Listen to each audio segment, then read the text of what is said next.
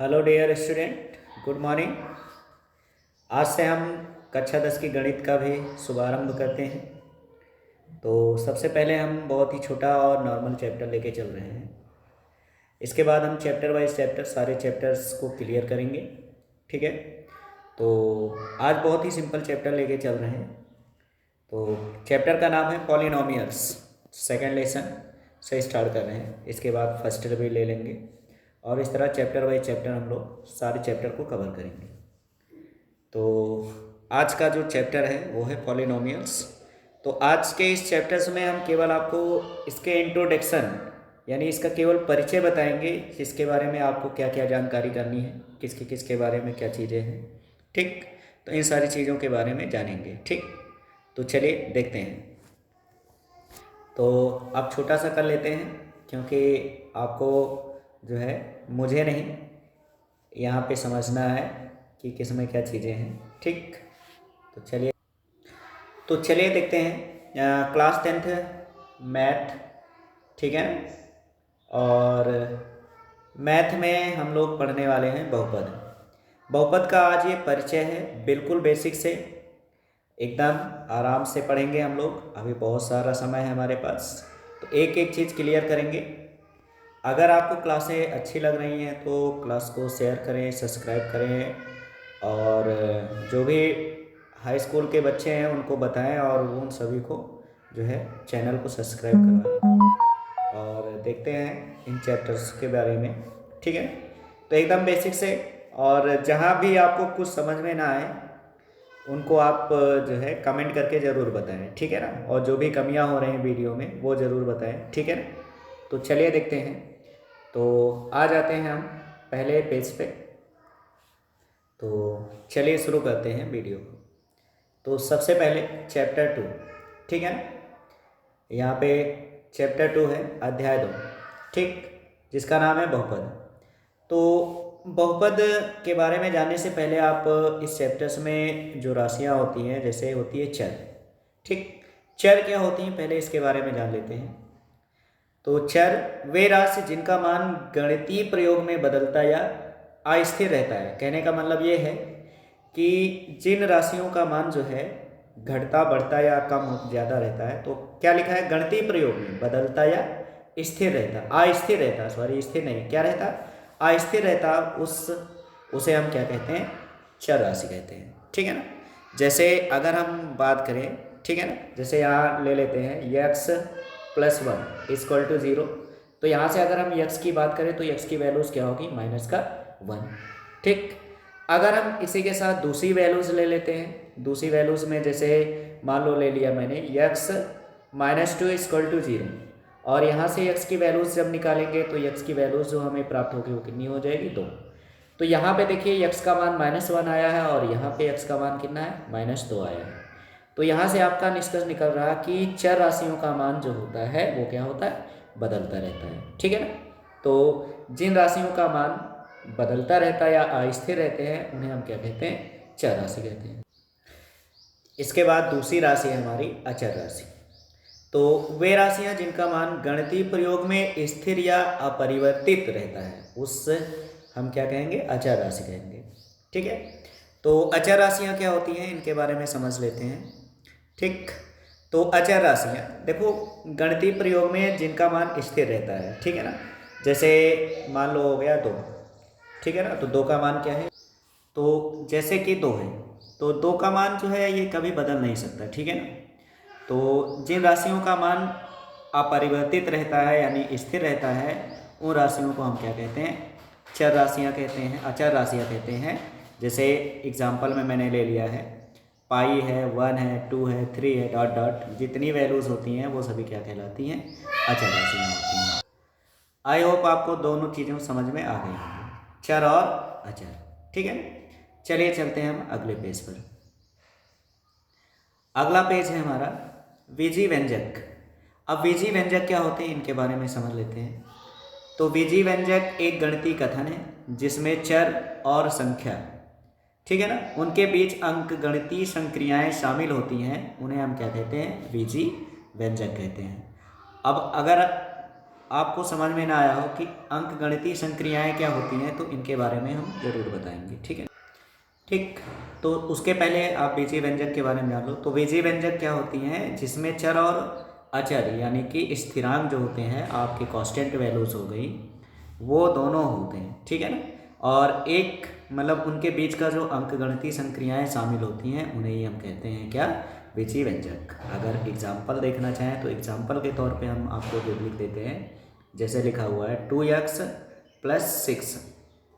तो यहाँ पे देखो, ये आपकी जो है चर हो गई और ये आपकी क्या हो गई, अचर। तो चर और अचर से मिलकर जो व्यंजक प्राप्त होता है उसे ही हम क्या कहते हैं, बीजगणितीय व्यंजक कहते हैं। ठीक है ना। तो अभी हम आपको बताएंगे कि अंकगणितीय संक्रियाएं क्या होती हैं। अगर आप लोगों को पता हो तो कमेंट करके ज़रूर बताएं कि अंकगणितीय संक्रियाएं क्या होती हैं। ठीक। तो बीजगणितीय व्यंजक किन किन चीज़ों से मिलकर बना है, उनके बारे में हम अगले स्लाइड पे देखते हैं। तो ये देखिए, बीजगणितीय व्यंजक निम्नलिखित घटकों से मिलकर बना होता है, जिसमें क्या होती हैं, चर होती हैं, स्थिरांक होता है जिसके बारे में मैंने बताया, फिर क्या होता है, गुणांक होता है, और क्या होती हैं, अंकगणित ऑपरेटर्स, जिन्हें हम गणितीय संक्रियाओं के नाम से भी जानते हैं। ठीक। तो मैंने कहा था ना कि मैं आपको आगे बताऊंगा, तो यही चीज़ें हैं आपकी गणितीय संक्रियाएं। तो चर क्या होती हैं, इसके बारे में हम आगे पढ़ ही चुके हैं। बीज स्थिरांक क्या होती है, इसके बारे में भी आगे पढ़ चुके हो। ठीक है ना। गुणांक क्या होती है, तो जो चर संख्याओं के गुणा में जो दी गई संख्या होती है उसे ही हम क्या कहते हैं, गुणांक कहते हैं। जैसे मान लो मैंने ये लिखा है 2x, तो यक्स का गुणांक जो है वो क्या होगा, 2 होगा, तो इसी को हम कहते हैं गुणांक। ठीक। और जिसकी हम बात कर रहे थे, गणितीय संक्रियाएं, ठीक है ना, संक्रियाएं मतलब ऑपरेटर्स। तो गणितीय ऑपरेटर्स में प्लस हो गया, माइनस हो गया, गुणा हो गया, और डिवीजन यानी कि विभाजन हो गया। तो यही होती है आपकी गणितीय संक्रियाएं। ठीक है ना। तो बीजीय व्यंजक इन घटकों से मिलकर बना होता है। ठीक। चलिए आगे स्लाइड में देखते हैं। अब इनको हम अच्छे से समझते हैं। तो इसमें देखो, मैंने एक एग्जाम्पल से ले लिया है। तो यहाँ पे लिखा हुआ है, आइए व्यंजक। तो ये व्यंजक है 2x + 5y - 7। यहाँ से समझते हैं कि क्या चीज़ें होती हैं। ठीक है ना। तो ये व्यंजक के भाग में देखो, अगर हम चर की बात करें तो x और y हमारी क्या होगी, चर राशि होंगी। तो यहाँ पे मैंने लिख दिया है चर क्या है, x और y जो है इसमें क्या है, चर। दूसरी चीज़ हमने क्या बताई थी आपको, स्थिरांक। तो स्थिरांक क्या होते हैं, तो उनके बारे में जान लेते हैं। तो स्थिरांक हमारा जो होगा वो क्या होगा, ये है 7। यानी जो कांस्टेंट वैल्यूज होती है, जिसके साथ चर और अचर नहीं होते हैं, वो सॉरी चर और अचर की बात करें, मतलब जिन राशियों के साथ चर संख्याएं नहीं, चर भाग नहीं शामिल होता है, उसे हम क्या कहते हैं, स्थिरांक कहते हैं। तो यहाँ 7 आपका जो होगा वो क्या कहलाएगा, स्थिरांक कहलाएगा। ठीक है ना। और अगला चीज़ मैंने क्या बताया था, गुणांक।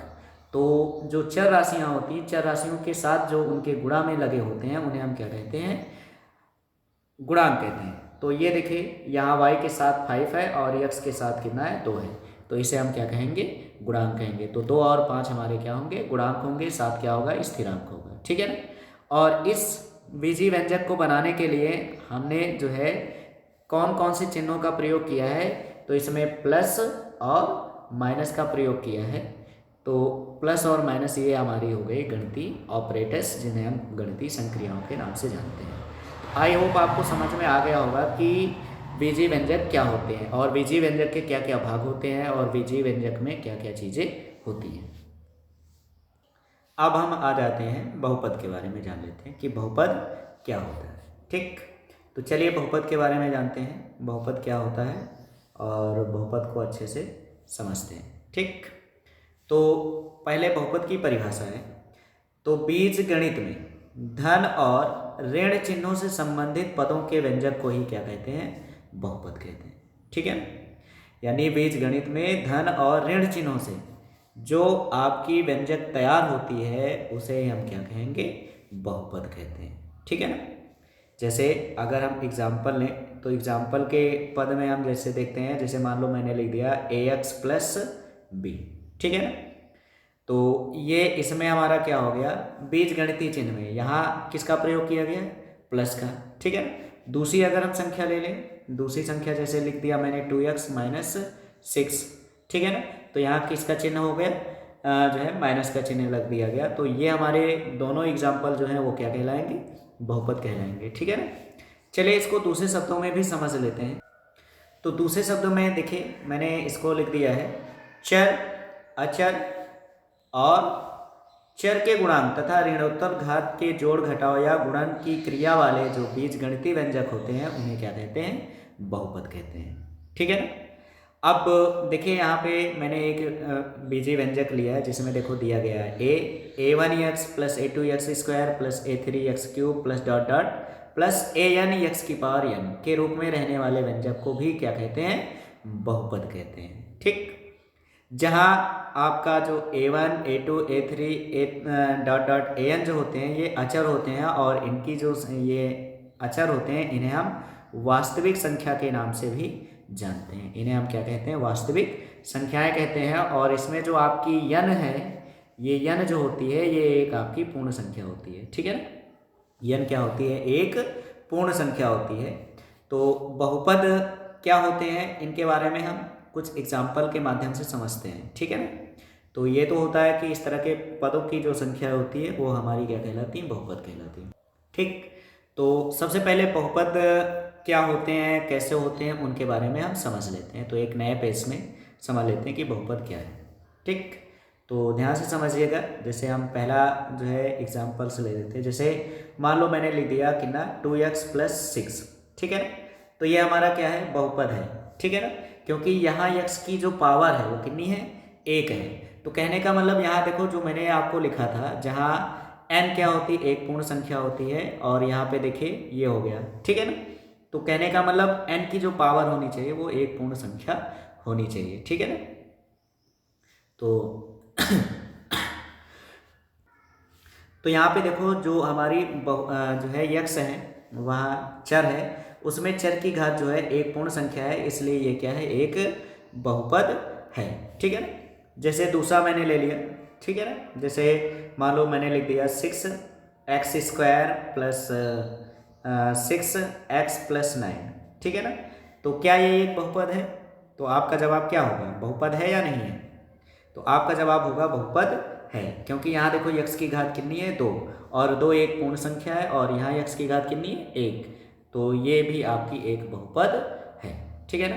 चलिए फिर से समझ लेते हैं अगला। जैसे मान लो मैंने लिख दिया रूट 6x प्लस 9x, क्या ये बहुपद है?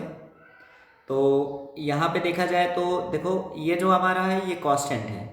हमें मेन वेरिएबल से ध्यान रखना है कि वेरिएबल्स की जो पावर होनी चाहिए वो क्या होनी चाहिए, एक पूर्ण संख्या होनी चाहिए। तो यहाँ भी x की घात एक पूर्ण संख्या और यहाँ पे भी x की घात एक पूर्ण संख्या है, इसलिए ये हमारा क्या है, बहुपद है, ठीक है। जैसे आगे है अगला है, जैसे मान लो मैंने लिख दिया 5 और फिर root x plus 6y plus 9, क्या ये एक बहुपद है? तो ये आपका बहुपद नहीं है। क्यों? क्योंकि अगर इसको आप सॉल्व करोगे, देखो यहाँ y की पावर तो 1 है, बट यहाँ अगर इसको हम सॉल्व करें, दूसरे शब्द में लिखें, तो इसको हम क्या लिखेंगे, 5 इंटू एक्स की पावर 1/2 और प्लस 6y प्लस 9।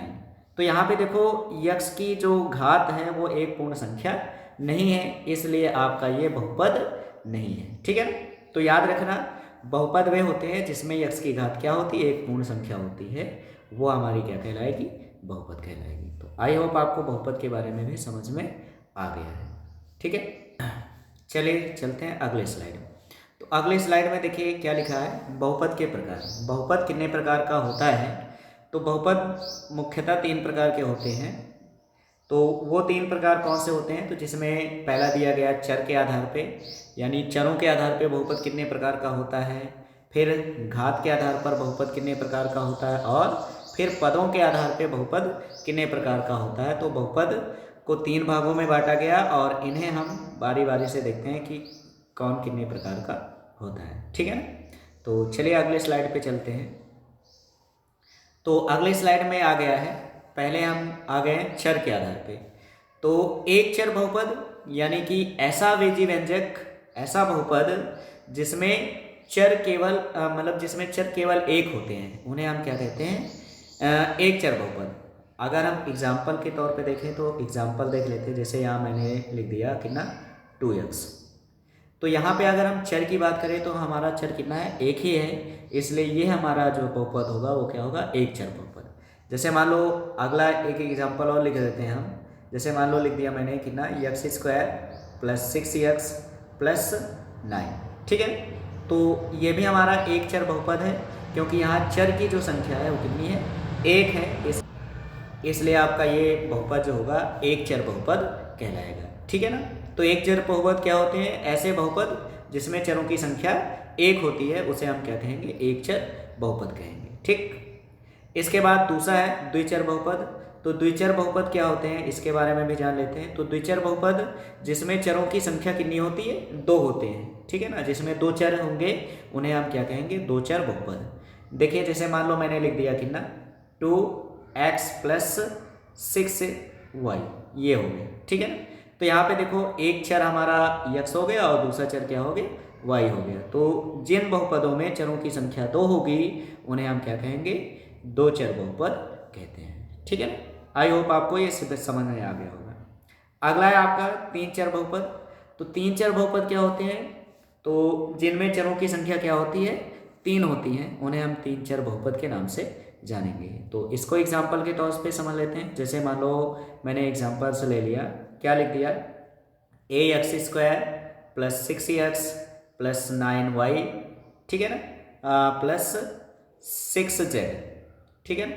चलो 7z ले लेते हैं, ये हो गया। तो अगर हम यहाँ पे देखें तो हमारे चरों की संख्या जो है कितनी है, तीन है। जैसे एक हो गया x, दूसरा हो गया y और तीसरा हो गया z। तो जिसमें तीन चर बहुपद, जिसमें तीन चर राशियाँ होती हैं उन्हें हम तीन चर बहुपद के नाम से जानेंगे। तो आई होप चरों के आधार पे आप बहुपद के बारे में समझ गए होंगे कि बहुपद कितने प्रकार के होते हैं। चरों के आधार पे बहुपद तीन प्रकार का होता है, एक चर बहुपद, दो चर बहुपद और तीन चर बहुपद। और इन सभी को मैंने एग्जाम्पल के माध्यम से आपको समझा दिया है, ठीक है ना। चलिए अब चलते हैं अगले स्लाइड में। तो चलिए अब समझते हैं घात के आधार पे बहुपद कितने प्रकार का होता है। तो सबसे पहला है शून्य बहुपद, जिसे हम जीरो पॉलिनोमियल्स के नाम से जानेंगे। तो शून्य बहुपद क्या होता है, देखो यहाँ पे मैंने लिख दिया px = 0, शून्य बहुपद कहते हैं, इसका घात बताया नहीं जा सकता। तो कहने का मतलब जिन बहुपदों का घात बताया नहीं जा सकता उन्हें हम क्या कहेंगे, शून्य बहुपद कहते हैं। फॉर एग्जाम्पल अगर समझना चाहें शून्य बहुपद का तो क्या होता है, जैसे मान लो मैंने एग्जाम्पल के तौर पे ले लिया, एग्जाम्पल इसका हो जाएगा कितना, जैसे मान लो लिख दिया मैंने कितना 0x3, ठीक है ना, ये लिख दिया, या 0x²। तो ऐसे बहुपद को हम क्या कहेंगे, शून्य बहुपद के नाम से जानते हैं, ठीक है ना। तो ये हमारा क्या होगा, शून्य बहुपद।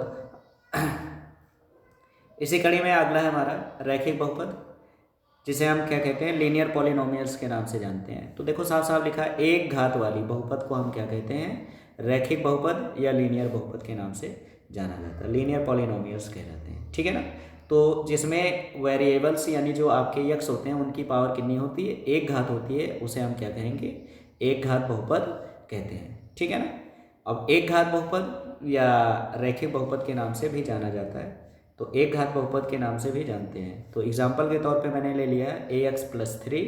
हाँ, अब यहाँ पे ध्यान रखना, जहाँ पे जो यक्स का गुणांक होता है, जैसे a यहाँ पे लिखा गया, तो a का मान जो होगा वो क्या होगा, 0 के बराबर नहीं होगा, a ≠ 0 होगा, ठीक है ना। तो ऐसे बहुपद को हम क्या कहेंगे, एक घात बहुपद या रैखिक बहुपद कहते हैं, ठीक है। चलते हैं अगले स्लाइड पे।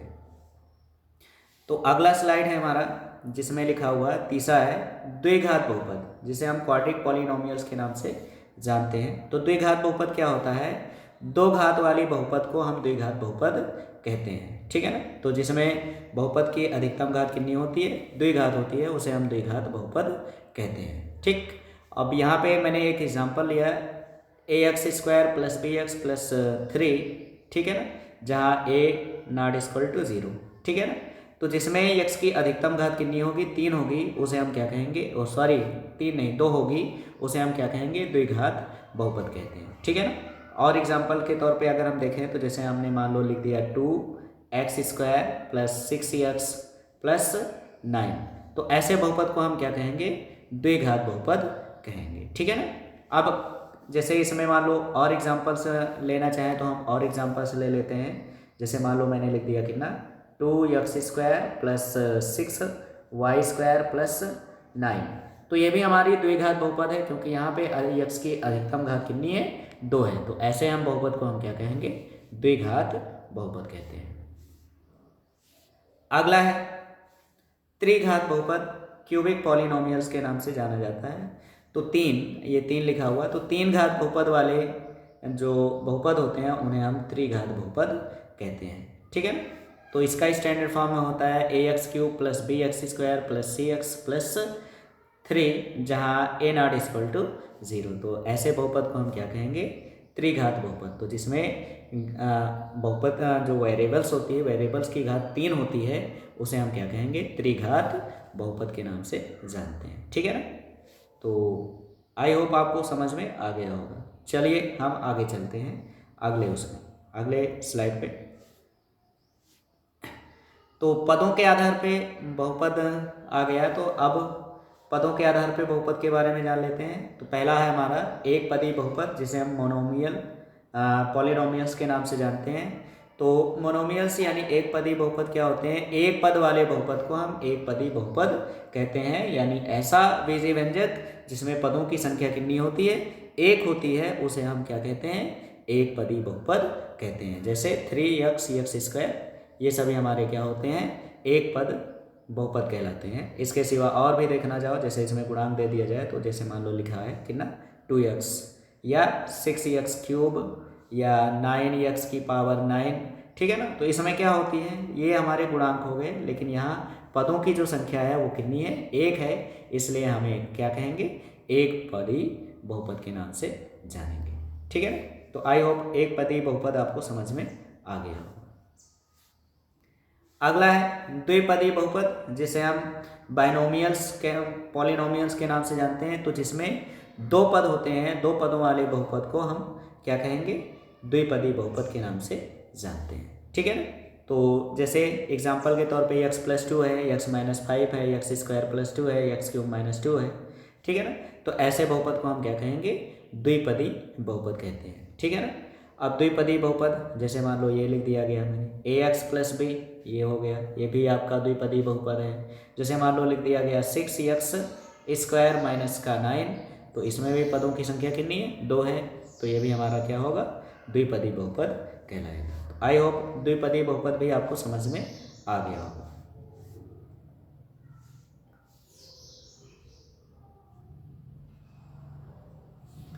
तो अगला है त्रिपदी बहुपद, जिसे हम त्रिनोमियल्स के नाम से जानते हैं। तो 3 पदों वाले बहुपद को हम त्रिपदी बहुपद कहते हैं। यानी जिसमें पदों की संख्या कितनी होती है, 3 होती है, उसे हम त्रिपदी बहुपद या बहुपद के नाम से भी जानते हैं। ठीक है। तो जैसे यहाँ एग्जाम्पल के तौर पे, ठीक, x² + 2x + 5, तो यहाँ पदों की संख्या कितनी है, 3 है। इसलिए इसे हम क्या कहेंगे, त्रिपदी बहुपद। x³ + x² - 5x, तो यहाँ भी पदों की संख्या कितनी है, 3 है। तो जिन बहुपदों में 3 पद होते हैं उसे हम त्रिपदी बहुपद कहते हैं। इसके बाद जितने भी बहुपद अगर 3 पदों से ज़्यादा आ जाते हैं, तो वो सारे बहुपद हमारे किसके नाम से जाने जाएंगे, बहुपदी बहुपद के नाम से जाने जाएंगे। ठीक है ना। तो आज के जो है इसमें बस इतना ही। तो इसमें आपको बस इतना ही है। कल हम आपको पहला एक्सरसाइज बताएंगे। तो आज के टॉपिक में बस इतना ही। तो आज का ये सेशन जो था केवल और केवल परिचय के लिए था। तो आप लोग अच्छे से इसके बारे में समझ लीजिए। कल हम इसका एक्सरसाइज करवाएंगे। तो आज के लिए बस इतना ही। मिलते हैं नेक्स्ट वीडियो में। तो आज का काम यहीं पे समाप्त करते हैं। तो टेक केयर और मन लगा के पढ़िए। अगर वीडियो आपको समझ में आ रहा, वीडियो जो है लाइक करिए, सब्सक्राइब करिए और शेयर भी करिए। ठीक है ना। तो मिलते हैं कल।